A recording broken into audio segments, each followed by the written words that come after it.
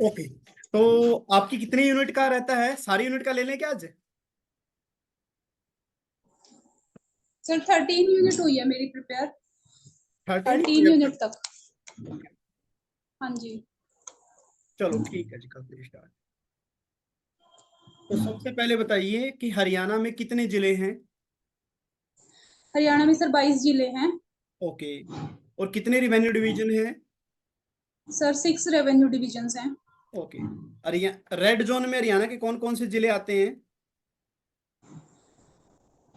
Red zone किस sense में sir? Red zone green zone, red zone, orange zone, सुना नहीं कभी?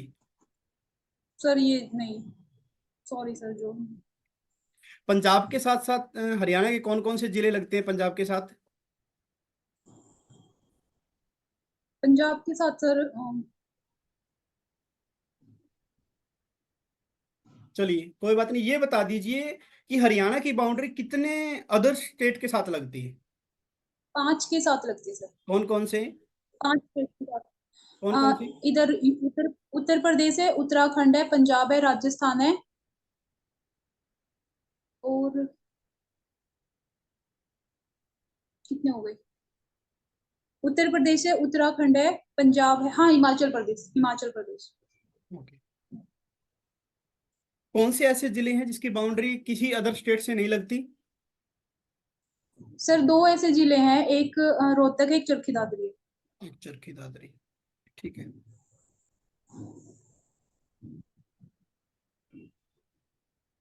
कितने गांव है हरियाणा में? सर गांव जो है 7,300 समथिंग है। समथिंग का मतलब? 356 I think. Okay.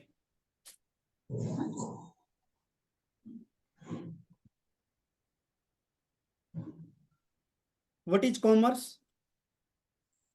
Sir commerce commerce एक ऐसा सब्जेक्ट है जिसमें हम स्टूडेंट को बिजनेस से रिलेटेड, ट्रेड से रिलेटेड, इंडस्ट्री से रिलेटेड, और जो भी आसपास जो भी ऑक्सिलरी टू ट्रेड है, इन सब के बारे में नॉलेज प्रोवाइड करते हैं। ओके। कॉमर्स, ओके एक मिनट, वो कॉमर्स एजुकेशन, हाँ जी। Commerce includes trade and auxiliary to trade, and commerce means buying, selling and exchange of goods and services, okay. Of goods Chandrayaan only. 3 के बारे में बताइए, क्या है चंद्रयान 3? सर सॉरी, चंद्रयान का नहीं पता।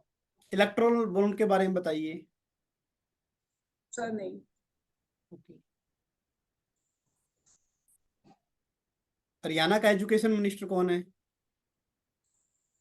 सर अभी सीमा त्रिखा जी बनाई है ना शायद, उन्होंने शपथ नहीं लिया है, पर पहले तो कंवरपाल गुर्जर जी थे, और उच्च शिक्षा में मूलचंद शर्मा जी हैं। अभी रिसेंट में सीमा त्रिखा का नाम आ रहा है, पर अभी पता नहीं, वो शपथ हुई नहीं है शायद उनकी। तो आप कहना चाहते हो कि भाई मूलचंद शर्मा भी है मिनिस्टर और सीमा त्रिखा भी है? नहीं, मूलचंद शर्मा और कंवरपाल गुर्जर दोनों को हटा के सीमा त्रिखा मैम को प्रपोजल मिला है। अब उनका श्योर नहीं है उन्होंने शपथ ग्रहण करी है या नहीं करी है। श्योरिटी हो गई है? श्योर है सर ये? मैं कह रहा हूँ श्योरिटी हो गई है, कैबिनेट की, कैबिनेट बन चुकी है। ठीक है सर। चलिए।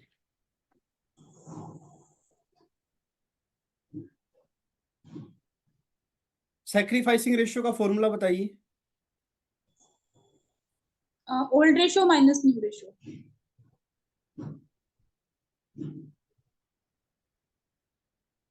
प्रोफेशन के बारे में?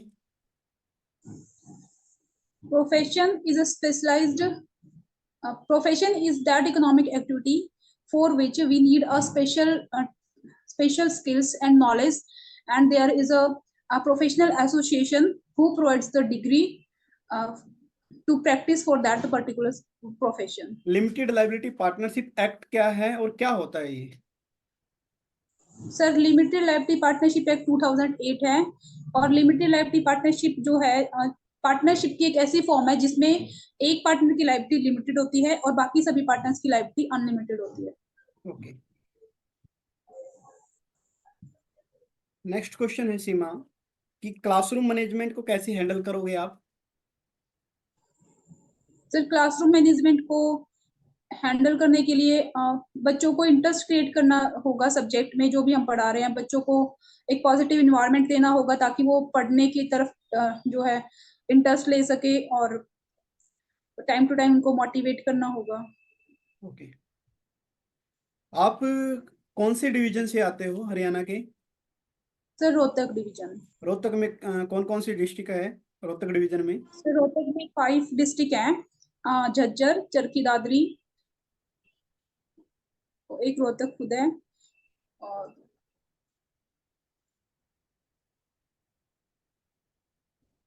सर और 2 का अभी ध्यान नहीं आ रहा है। कोई बात नहीं। इनकम स्टेटमेंट में क्या क्या इंक्लूड करते हैं? Trading and profit and loss account. 5 major commercial site of ancient India कौन कौन सी हैं? हाँ जी, वो सिटीज बताना है, कौन कौन सी सिटी तक्षशिला है, पाटलिपुत्र है,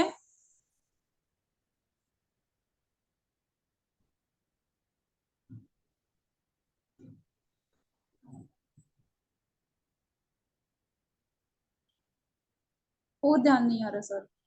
कोई बात नहीं।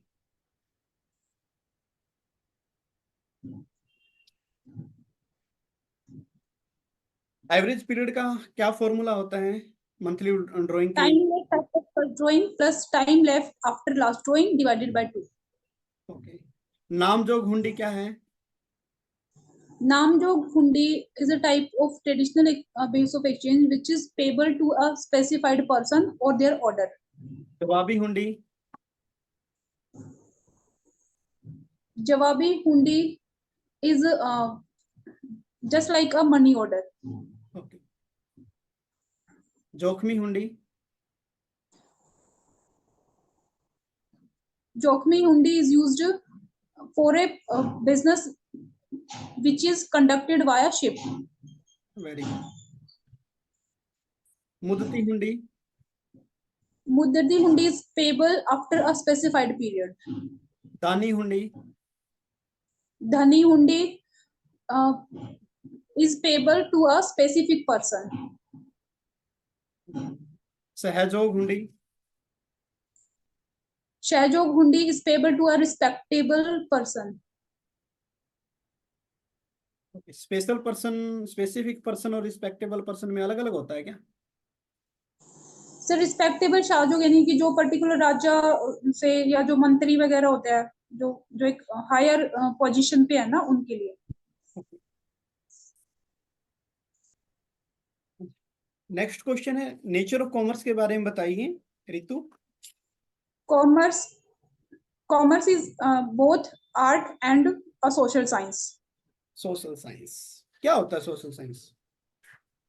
सोशल साइंस मतलब सर कि जो कॉमर्स है उसमें साइंस के सभी जो प्रिंसिपल्स है, सभी फीचर्स इंक्लूड नहीं है। ये एक सोसाइटी से रिलेटेड है क्योंकि इसमें पर्सन्स की डीलिंग होती है, तो टाइम टू टाइम इसमें थोड़ी फ्लेक्सिबिलिटी है। On what occasion is sacrificing ratio is used?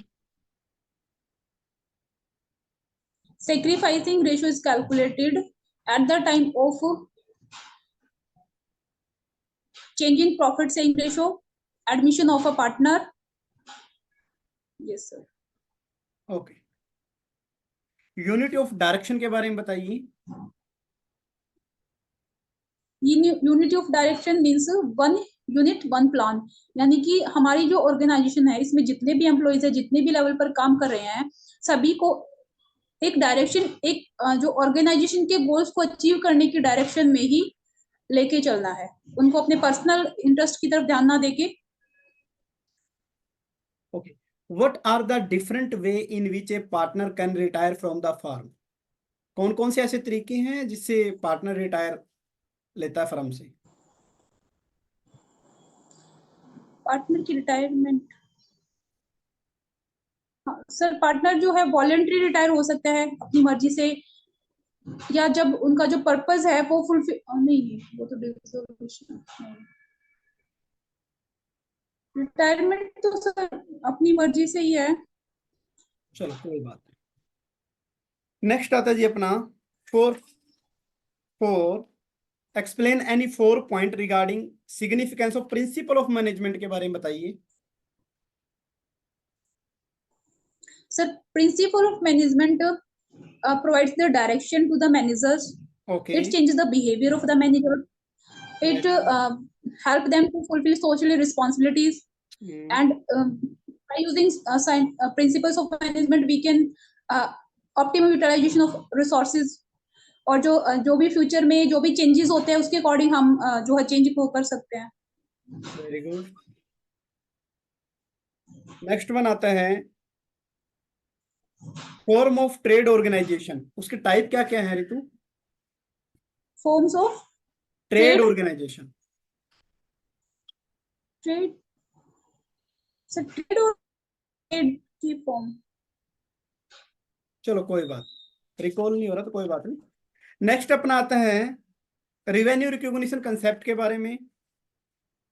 हाँ जी, रिवेन्यू रिकॉग्निशन कंसेप्ट हमें बोलती है कि जब भी बिजनेस अपने गुड्स की जो पोजीशन है वो बायर को हैंड ओवर कर देगा, उसी टाइम उसको सेल कंसीडर कर लेगा, whether the cash is received or not. Very good. Consistency concept क्या होता है? सर, कंसिस्टेंसी कंसेप्ट बोलती है कि जब हम एक पर्टिकुलर मेथड को फॉलो करने लग जाते हैं तो उसको लगातार लगातार उसी मेथड को फॉलो करते रहो जब तक कि उसको चेंज करने से कोई बिजनेस में बेनिफिट ना हो। मतलब हर साल हमें जो नए नए मेथड्स को चेंज ना करके एक ही मेथड को लेके चलना चाहिए। फर्म टू पार्टनर लोन दिया है तो ये कहां पर आएगा? एसेट में, लायबिलिटी में? फर्म ने पार्टनर को लोन दिया। असेट्स है सर। गैंग प्लैंक का प्रोसीजर बताइए। तो गैंग प्लैंक में क्या होता है कि जब भी किसी लेवल पर पर्सन ने आपस में जो डायरेक्ट दो डिपार्टमेंट्स में अगर सेम लेवल पर हम कम्युनिकेट करना चाहते हैं इन केस ऑफ इमरजेंसी, तो हमें अपने पहले सुपरवाइजर से परमिशन लेनी चाहिए। ओके। कॉमर्स एजुकेशन के बारे में? So commerce education is related to the providing knowledge about the commerce industry, insurance, banking, and the related sectors to the students. कैसे हैंडल करोगे आप So can क्लासरूम they, में बच्चों के जो चैलेंजिंग बिहेवियर है उसको? सर, क्लासरूम में बच्चों के चैलेंजिंग बिहेवियर को टैकल करने के लिए सबसे पहले बच्चों को जो है मैं अलग अलग मेथड्स को यूज कर सकती हूँ, टीचिंग के मेथड्स, ताकि वो इंटरेस्ट ले सके। मैं जो भी हम पढ़ा रहे हैं उससे पहले उनकी प्रीवियस नॉलेज को देखकर जो है लाइव एग्जांपल के साथ अपनी कंसेप्ट को स्टार्ट कर सकती हूँ। चलिए नेक्स्ट क्वेश्चन अपना कि गवर्नमेंट कंपनी का एग्जांपल बताइए। गवर्नमेंट कंपनी जैसे कि ये एल नहीं, गवर्नमेंट कंपनी तो ये सेल भेल और जैसे steel authority of India limited, heavy भेल ऑर्डर है, of, Bharat heavy. Very good Ritu. अगला क्वेश्चन मेरा है order of settlement of account on firm dissolution. जब फर्म का डिजोल्यूशन करते हैं तो अकाउंट को कैसे सेटलमेंट करते हैं उसका ऑर्डर बताना है। इन केस ऑफ लॉस, जब लॉस हो तब बताना है।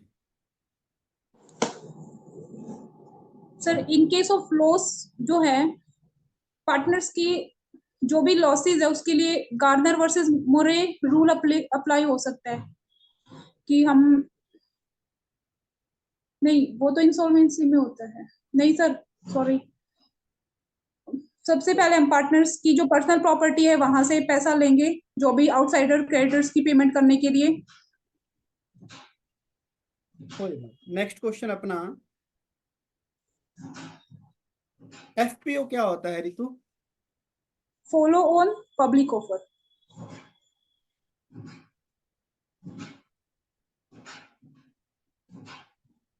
State board of Haryana? काला तीतर।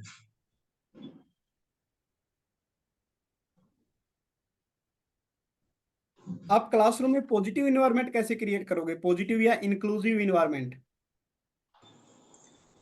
पॉजिटिव या इंक्लूसिव इन्वायरमेंट क्रिएट करने के लिए स्टूडेंट्स की जो प्रीवियस नॉलेज है उसको करंट नॉलेज से जोड़ के देखना है, स्टूडेंट्स के लेवल को देखना है, किस लेवल से वो पढ़ना चाह रहे हैं। डाइवर्सिटी होती है क्लास में, सभी को जिस मेथड से वो अच्छे से समझे उसी को जो है फॉलो करना है। फिर भी कुछ बच्चों को समझ नहीं आ रहा है तो मेथड हम चेंज कर सकते हैं। बच्चों को जो भी हम पढ़ा रहे हैं उसको डेली लाइफ एग्जांपल से रिलेट करके पढ़ाना है। एक आप कोई भी अकाउंट बनाते हो, लाइक रितु अलावत अकाउंट बनाया है, तो उसमें क्या कुछ कॉलम होते हैं बताइए। सर एक अकाउंट में एक जो लेजर होता है उसमें सबसे पहले date, particulars, journal folio, debit amount, again date, particulars, journal folio and credit amount. Increase in revenue को क्या ट्रीटमेंट होगी? क्रेडिट साइड होगा ये सर। कहाँ credit side? Increase in revenue मतलब कैपिटल में ऐड हो जाएगा, ओके। या फिर जो भी पर्टिकुलर रेवेन्यू जहां से इनकम आ रही है उसी में हम जैसे इनकम इंटरेस्ट रिसीव्ड है तो इंटरेस्ट अकाउंट को क्रेडिट कर देंगे। वेरियस टेलीकॉम सर्विस के बारे में बताइए। सर वेरियस टेलीकॉम सर्विसेज जैसे कि फिक्स्ड लाइन है और वी सेट है, वेरी स्मॉल अपॉर्चुन टर्मिनल, और मोबाइल फोन्स के थ्रू है, और डीटीएच है, डायरेक्ट टू होम है। कोटा कंपनी के बारे में बताइए, क्या होती है? Quota companies are those companies which are listed in the Security and Exchange Board of India.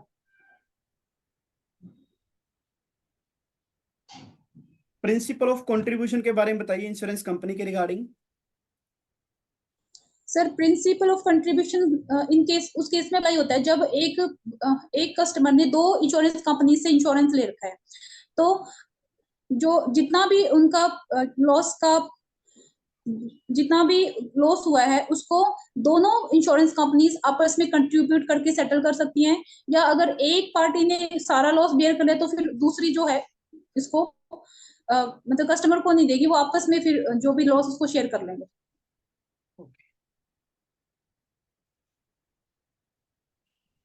Tell me about trade discount.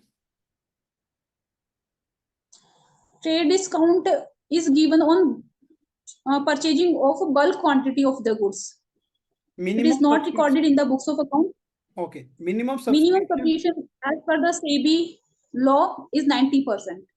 Company act 2013 के अकॉर्डिंग कौन से सेक्शन में हम मिनिमम सब्सक्रिप्शन के बारे में पढ़ते हैं? कौन से सेक्शन में?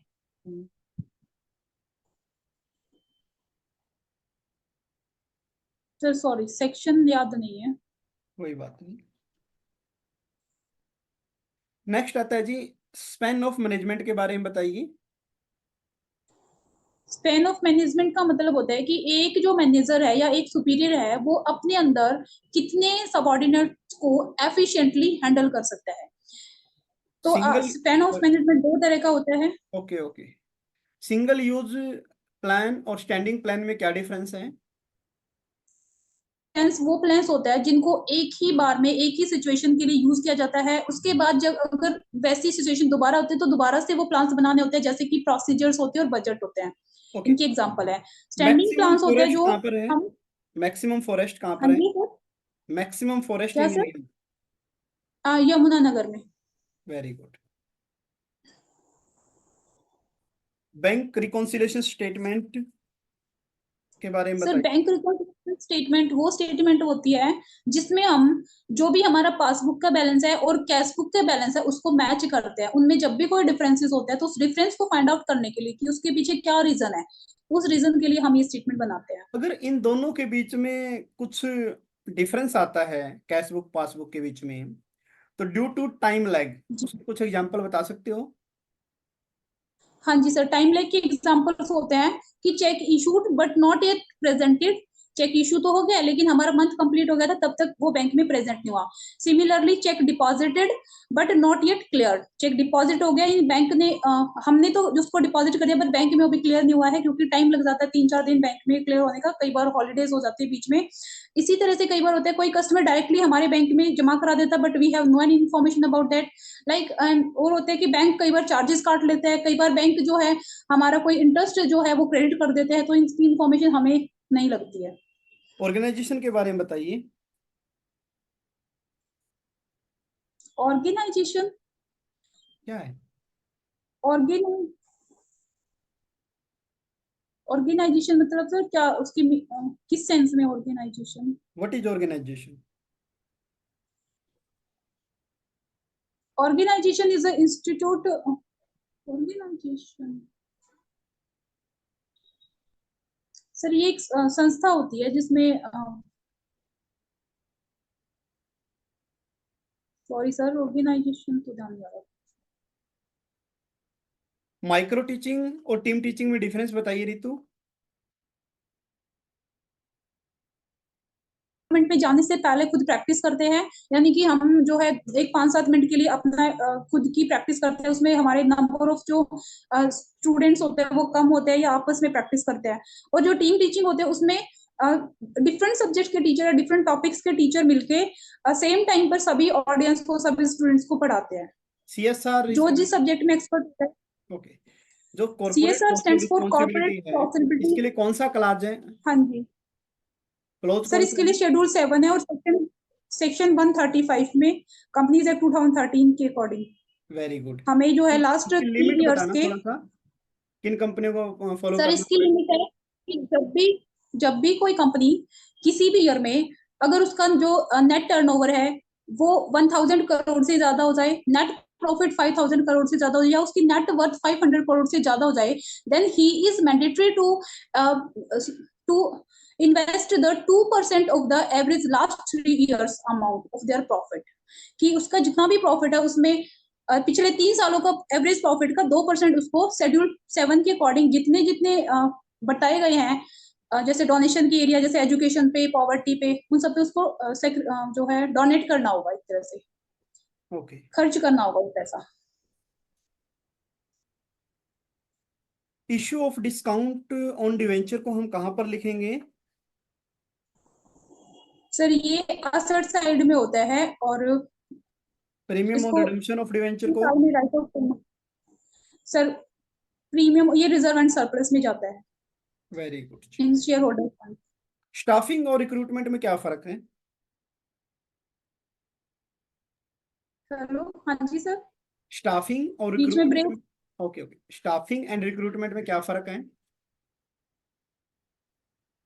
स्टाफिंग और रिक्रूटमेंट स्टाफिंग प्रोसेस है, यानी कि होता है कि जो पर्सन प्लेस करते हैं राइट टाइम पे राइट क्वालिटी के पर्संस को प्लेस करते हैं, और जो रिक्रूटमेंट जो है वो स्टाफिंग का ही एक पार्ट है। रिक्रूटमेंट में क्या होता है कि जितने भी जो भी पोजीशन खाली होती है उसमें ज्यादा से ज्यादा कैंडिडेट्स को अप्लाई करने के लिए इन्फ्लुएंस किया जाता है। एक कॉमर्स टीचर की क्या क्या रिस्पॉन्सिबिलिटी है? कॉमर्स टीचर की रिस्पॉन्सिबिलिटी है कि उसे जो है स्टूडेंट्स को जो प्रॉपर जो भी बिजनेस है, इंडस्ट्रीज है, ट्रेड है, इसमें जो जो मेथड्स होते हैं उन सब के बारे में नॉलेज प्रोवाइड करनी है, ताकि स्टूडेंट्स का बिजनेसमैन में जो आज का जो स्किल्स इंडिया है और जो ये एंटरप्रेन्योरशिप है उसमें इंटरेस्ट बढ़े।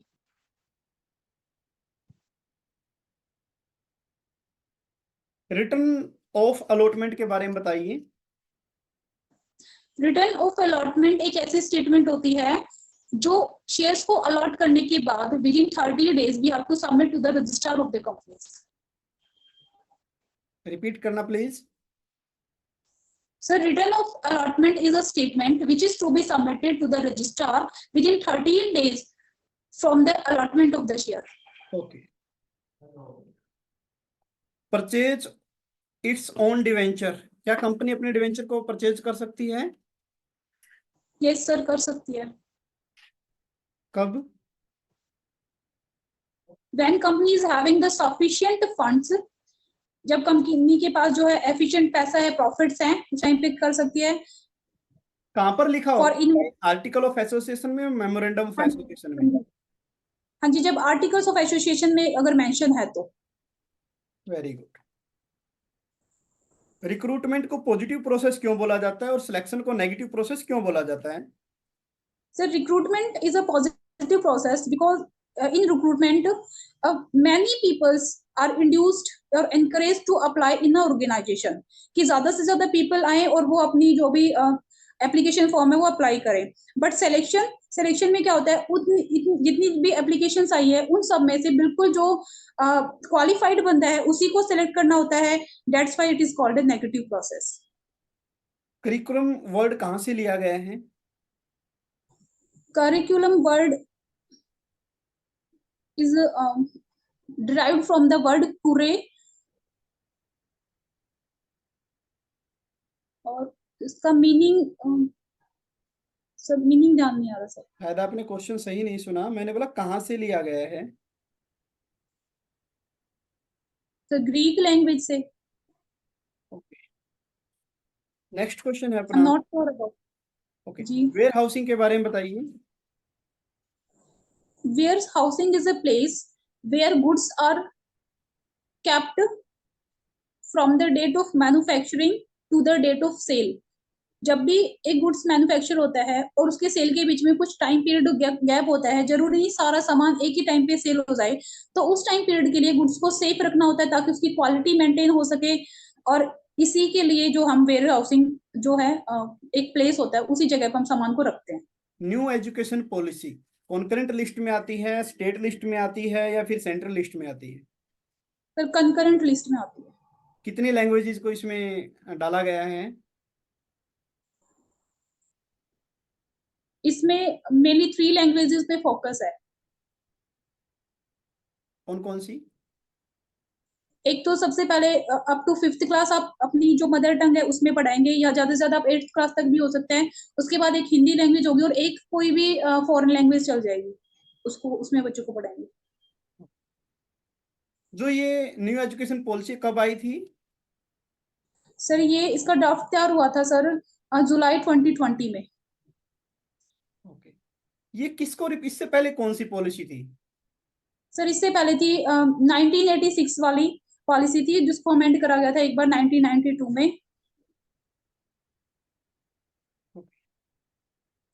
नेक्स्ट है, डेमोन्स्ट्रेशन मेथड क्या होता है?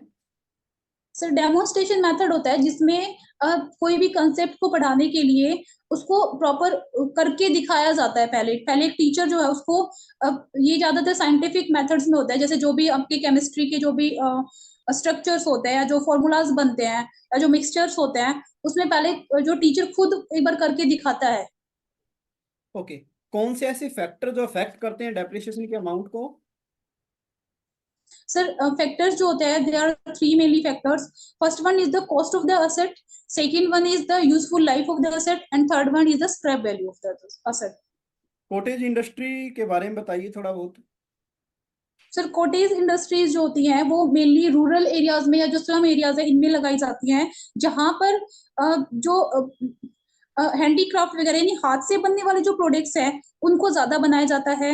बहुत ज्यादा कैपिटल ना लगा के कम कैपिटल में और आसपास के लेबर्स को ही इन्वॉल्व करके इन इंडस्ट्री को शुरू किया जा सकता है, ताकि उस एरिया की डेवलपमेंट हो, वहां के जो भी ओके, बच्चे हैं उनको रोजगार मिल सके। नेक्स्ट बताइए, एंसेलरी इंडस्ट्री यूनिट और टेनी यूनिट में क्या फर्क है? सर एक बार सर रिपीट करना सर। एंसेलरी इंडस्ट्री यूनिट और टेनी इंडस्ट्री यूनिट में क्या फर्क है? सर एंसिलरी इंडस्ट्री यूनिट्स होती हैं जो अपना सारा का मिनिमम 50% जो प्रोडक्शन है वो अपनी पेरेंट कंपनी को ही सेल करती है। और जो टेनी यूनिट्स होती है यानी एक छोटे लेवल पे काम करती है, जो कम जैसे 25 लाख तक की इन्वेस्टमेंट तक जब आपको इंडस्ट्री लगा के काम कर रहे हो तो वो टेनी इंडस्ट्रीज का पार्ट होती है। और एंसेलरी इंडस्ट्रियल यूनिट में कितने करोड़ की इन्वेस्टमेंट दी है मैक्सिमम? सर मैक्सिमम 10 करोड़ या 1 करोड़ है सर, मैं श्योर नहीं हूँ। चलिए जी, कोई बात नहीं।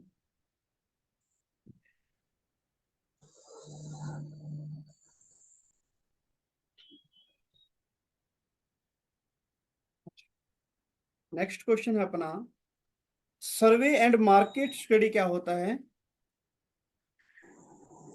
Survey मेथड and एक market कीजिए। study is a method of teaching in which students जो है अपने ना सॉरी इन जिसमें टीचर जो है स्टूडेंट्स को एक पर्टिकुलर कंसेप्ट या एक जो कोई भी टर्म समझाने के लिए मार्केट में रिसर्च करने के लिए बोलता है, उसको सर्वे करने के लिए बोलता है। जैसे कॉमर्स में अगर हम कहें कि परचेज और सेल का बिल देखना है, उसमें ट्रेड डिस्काउंट लगी है नहीं, कैश डिस्काउंट लगी है या नहीं, तो हम उसके लिए भेज सकते हैं कि जाओ आप मार्केट में जाओगे, जो भी नियर बाय है ना, एक बिल कलेक्ट करोगे, उस पे देखना कि वहां पे कैश डिस्काउंट है या नहीं, सर्वे। ओके। न्यू एजुकेशन पॉलिसी की कुछ इंपॉर्टेंस बता सकते हो आप? सर न्यू एजुकेशन पॉलिसी जो है मेनली एक एजुकेशन सेक्टर में बहुत बड़ा रिफॉर्म्स लेकर आई है। इसके अकॉर्डिंग पहले वाली जो रॉट लर्निंग होती थी, यानी पहले स्टूडेंट जो एक रट्टाफिकेशन सिर्फ एग्जाम ओरिएंटेड ही पढ़ते थे, लेकिन आज के टाइम में रॉट लर्निंग से लेकर स्टूडेंट में क्रिएटिविटी डेवलप करनी है, उनको जो उनकी जो थिंकिंग है उसको डेवलप करने के लिए बनाई गई है। जो न्यू एजुकेशन पॉलिसी है इसके अकॉर्डिंग हम अपनी इंडिया की एजुकेशन को पूरे वर्ल्ड की एजुकेशन से कनेक्ट करना चाहते हैं, ताकि हम एजुकेशन के मामले में भी सबके बराबर हो सके। और न्यू एजुकेशन पॉलिसी में मेनली स्किल्स को डेवलप करने पर, वोकेशनल ट्रेनिंग्स पर फोकस दिया गया है। न्यू एजुकेशन पॉलिसी में जो ये स्ट्रीम होती थी पहले 10+2+3 का जो स्ट्रक्चर था, इसको हटाकर 5+3+3+4 का स्ट्रक्चर इंक्लूड किया गया है, जिसमें जो फर्स्ट 5 ईयर्स होते हैं वो फाउंडेशनल स्टेज होती है, नेक्स्ट 3 ईयर्स जो होते चलिए हैं वो प्रिपरेटरी स्टेज होती है। अभी करते हैं यहीं पर तो इंटरव्यू का एंड। आपने बहुत ही अच्छे से जवाब दिया सभी क्वेश्चंस का। तो जी आपकी है, एक तो आप एलएलपी के बारे में थोड़ा सा जो गलत बोला वो सुनिएगा। आपने एलएलपी में बोला सर एक पार्टनर की लायबिलिटी लिमिटेड होती, बाकी सभी की अनलिमिटेड। आप उल्टा बोल गए। आपने बोला था सर एक की जो है वो अनलिमिटेड है, बाकी सभी की लिमिटेड होती। ठीक है। हेलो, आवाज आ रही है? सर, लेकिन लास्ट क्लास में भी आपने सेम क्वेश्चन पूछा था, तो मैंने ऐसे ही बोला था कि एक सर एक की लिमिटेड होती है, बाकी सभी की अनलिमिटेड होती है। शायद तब वो ही ध्यान नहीं मैंने अभी दिया होगा। अब मैंने ध्यान दिया था जी। तो मैंने बता दिया आपको। ठीक है। हेलो, सुन, आवाज आ रही है रितु? हाँ जी सर, हाँ जी। ठीक है जी। एक आपने एशियन ये जो कौन कौन सी सिटी थी ये आपने नहीं बता पाए। पाटलिपुत्रा था, टक्सिला था, इंद्रप्रस्थ था, हाँ जी। मोहनजोदाड़ो था और मथुरा था। ये थोड़ा याद कर लेना। हेलो। जी सर। हाँ। और हाँ एक जी आप सर। धनी हुंडी के बारे में, ओनर को ही payable to the owner of hundi, ये याद रखना। हुंडी से रिलेटेड सारे क्वेश्चन मैंने इसलिए पूछे हैं क्योंकि ये रिपीटेशन पे आते हैं बार बार। ठीक है सर। ठीक है। जी और एक ये डिवीजन जरूर याद करके जाना आप, इसमें सोनीपत और भिवानी और आएगा, ये ध्यान रखना। ठीक है सर। हाँ जी। पार्टनर रिटायरमेंट की प्रोसीजर जो मैंने पूछी थी वो आपको याद नहीं थी कि डिफरेंट डिफरेंट तरीके कौन कौन से हैं। सबसे पहले तो ये होता है, पार्टनर जब भी रिटायर होता है कंसल्ट लेता है, अदर पार्टनर की रिक्वायर्ड जरूरी है वो। ठीक है। जी सर। और उसको नोटिस देना पड़ेगा रिटर्न में, ये भी जरूरी है। दो चीजें जरूरी है जो आपको ध्यान रखना चाहिए। सर कितने डेज का नोटिस है यहाँ पे, कोई टाइम पीरियड है क्या नोटिस का? टाइम पीरियड तो नहीं है लेकिन 14 डे आप बोल सकते हो, या वन जो भी है वो टाइम पीरियड एग्जैक्ट मैं आपको बता दूंगा कितने दिन का नोटिस देना पड़ेगा। लेकिन ये रिटर्न में नोटिस होना चाहिए, ये ध्यान रखना आपका। ठीक है। ठीक है type sir. Of trade organisation आप नहीं बता पाए। ये फॉर्म ऑफ ट्रेड ऑर्गेनाइजेशन ये इसमें आएगा, इंटरनल ट्रेड एक्सटर्नल ट्रेड ये आएंगे इसमें। सर ये फॉर्म ऑफ ट्रेड तक तो मुझे पता था, लेकिन ट्रेड ऑर्गेनाइजेशन ऐड होते फिर मतलब ट्रेड अरे और अपने फॉर्म ऑफ ट्रेड तो नहीं आपको पता। जो यूनिट दिया ना उसमें ऑर्गेनाइजेशन ऐड है, आपने सही अच्छे से नहीं पढ़ा। ठीक है। अच्छा। हाँ, ऐसे कोई अलग से क्वेश्चन नहीं पूछे मैंने। एक बिहेवियर चेंज में भी आपने वही चीज बोल दी जो आपने एक इंक्लूसिव क्लास इन्वायरमेंट में बोली थी, बिल्कुल डिटो। बिहेवियर चेंज में आपको ये बोला, बिहेवियर चेंज का मतलब होता है कोई बच्चा शरारत कर रहा है तो उस कंडीशन में आप प्राइवेटली उसको एड्रेस करोगे। ठीक है। और उसको मजबूत बनाने वाले या पॉजिटिव वे में उसको समझाओगे। फिर भी कोई प्रॉब्लम है तो उसका जो सोल्यूशन के लिए आप उसकी पेरेंट्स की हेल्प ले सकते हो। ठीक है। उस बच्चे के साथ आप होंगे, आपका जो स्टूडेंट्स हैं वो भी होंगे, और साथ ही साथ उसके गार्डियन या पेरेंट्स भी होंगे। एक कॉम्प्रिहेंसिव इन्वायरमेंट होगा, उसके थ्रू इसकी प्रॉब्लम का सोल्यूशन करना है। एक ऑर्डर ऑफ सेटलमेंट आपने नहीं बता पाए। सबसे पहले अगर मान ली किसी साल लॉस हुआ है तो उस कंडीशन में पहले जो पिछला प्रॉफिट है उसमें से हम उसको लॉस को रेक्टिफाई करेंगे, उसके बाद हम उनकी कैपिटल में से घटाएंगे, और फिर भी अगर वो लॉस ज्यादा है तो हम उसकी पर्सनल प्रॉपर्टी मंगाएंगे। आपने डायरेक्ट पर्सनल प्रॉपर्टी बोल दिया था, ये आपको ध्यान रखना है। ठीक है क्या रितु, आवाज आ हाँ रही जी है? सर। हाँ। एक चंद्रयान 3 के जी बारे में जी आप सर। नहीं बता पाए, ये लेटेस्ट टॉपिक है इलेक्ट्रोल बॉन्ड के बारे में, ये भी थोड़ा ध्यान पढ़ के जाना है आपको। सेक्शन 39 है मिनिमम सब्सक्रिप्शन के रिगार्डिंग। सेक्शन 39। बिल्कुल। और एक ऑर्गेनाइजेशन ठीक पूछ है। रहे थे क्या, गलत थोड़ी पूछ लिया। ऑर्गेनाइजेशन क्या होता है भाई, जिसके लिए एक कुछ जो पर्सन है, ग्रुप ऑफ पर्सन है, मिलकर किसी एम को पूरा करने के लिए मिलकर काम करते हो, वो तो ऑर्गेनाइजेशन का रूप होता है। सुना हुआ ना ठीक आपने है तो। सर। हाँ, ऐसा कोई अलग नहीं था रितु।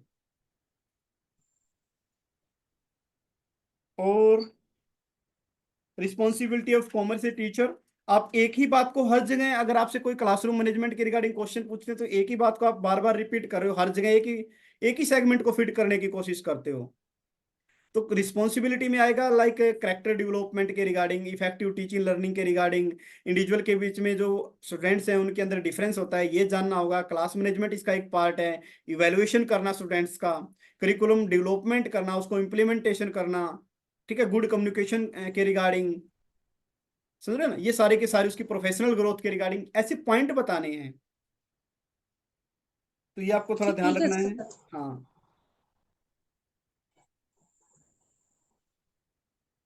और 1 करोड़ है ये एंसलरी, जो इंडस्ट्री यूनिट है, हाँ 1 करोड़ इन्वेस्टमेंट है, ये आपको ध्यान रखना है। ठीक है। ओवरऑल आपने ठीक बताया, ऐसा नहीं है, हाँ कोई 8-10 क्वेश्चनों के आंसर जो है शायद आप नहीं दे पाए, लेकिन फिर भी बहुत अच्छा था आपका इंटरव्यू। ठीक है। सर, एक बार ये दोबारा बता दो, ये एलएलपी वाला, एलएलपी में कंफर्म लिमिटेड मतलब लाइबिलिटी बता दो पार्टनरशिप एक एक्ट, पार्टनर की। एक पार्टनर की लाइबिलिटी अनलिमिटेड होती है, बाकी सभी की लिमिटेड होती है। ठीक है सर। ठीक है। अभी आपसे मैडम